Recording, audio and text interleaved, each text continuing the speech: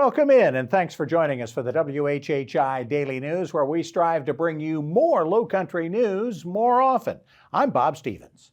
We begin with something to maybe keep you from complaining about the heat. How about doubling the chances for a hurricane in the next 6 weeks? Federal storm watchers said the likelihood of an above-average storm season was only 30% back when the hurricane season began in May. Now they are saying there is a 60% chance of an above-average season because of record warm Atlantic Ocean temperatures primarily. NOAA now predicts between 14 and 21 named storms overall, between 6 and 11 of them becoming hurricanes, and between 2 and 5 of those becoming major. Also, that El Niño pattern that tends to warm up the Pacific and reduce hurricanes in the Atlantic has been very slow in developing. There have been 5 named storms already this year, in case you hadn't kept track. None of them have impacted U.S. shorelines yet. Maria Soden will have our shorter-term forecast coming up in just a couple of minutes. The people charged with handing out monies from the Murdaugh Estate to Alec's victims hope to start dispersing that money this fall. A little over $2.1 million has been collected from the sale of Murdaugh's Edisto Beach house, his 401k, and other belongings. With all the fees and expenses, there's about $1.8 million to give the victims, who have until October 15th to make a claim.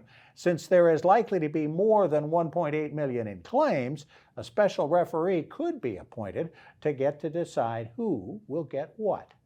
The discovery of more graves in the Cedar Point Cemetery near Kalawasi Island has stopped construction of any new housing there. Neighbors have found 3 headstones and think they might know who's buried there. The State Department of Archives and History has told Beaufort County there's enough information to stop construction of a new home, at least one on the property.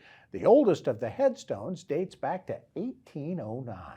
Not very often the town of Hilton Head is looking for volunteers to serve on 2 important boards, Zoning Appeals and the Parks and Recreation Commission. The town, of course, currently going through an overhaul of its land management ordinance and is also dealing with condo development and housing issues.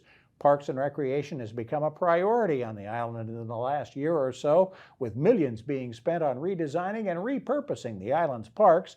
You can apply for either position on the town's website. And if your youngster is headed off to USC for the fall, they're going to have some company, a lot of company. USC's freshman class expected to be over 7,000 students for the first time ever. The school is coming off a record spring of applications. Last year, the entire student body totaled nearly 36,000 students. The long-anticipated campus village is expected to be ready for the fall, offering over 1,800 new beds for that huge incoming freshman class. They've also added 1,500 more parking spots to the campus.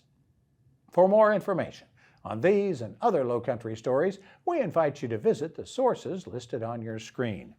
We're going to talk a little high school football in just a moment, previewing another Lowcountry team's season. But let's catch up on what's happening right now with Justin Jarrett.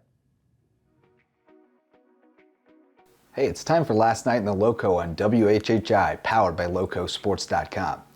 Lots of news today, but let's start on the links to put a bow on a terrific week that ended with a big prize for a Lowco golfer.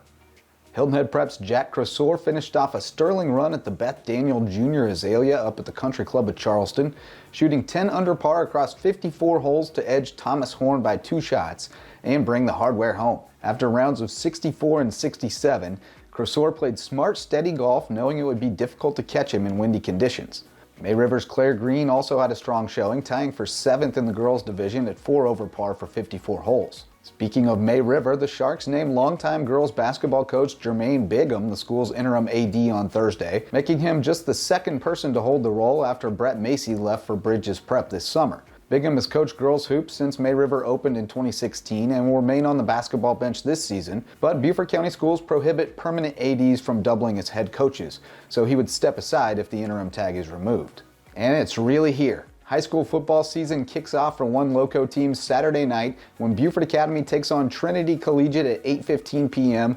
in a Skiza showdown at the One Team, One Cause football showcase at Charleston Southern. We'll be there and we'll bring you the highlights Monday on an extended edition of Last Night in the Lowco. For Lowco Sports and WHHI, I'm Justin Jarrett. Until next time, go Lowco. We've talked about hurricane chances in the Atlantic. The good news is there's nothing going on in the Atlantic Ocean right now that could affect our weather. Just more of that heat dome, right, Maria? Thanks, Bob. Yep, so taking a look ahead, it does look like we're still going to be under a heat advisory this weekend and continuing on into next week. Also this weekend, we are going to have a UV index of 11 or higher, so if you're going to be outside, do be careful. So taking a look at Saturday, it's going to be partly cloudy with Hilton having a high 93, a low of 77, Bluffton's going to have a high 95, a low of 75, and Beaufort's going to have a high 95 and a low of 76. Come Sunday, it's going to be partly cloudy in the morning. Then we are going to see scattered thunderstorms throughout the afternoon, but should be clearing up by the evening again. Hilton is going to have a high of 93, a low of 80. Bluffton's going to have a high 97, a low of 78. And Beaufort's going to have a high 96 and a low of 79. The sunrise for this weekend is going to be at 6:46 and sunset's going to be at 8:09.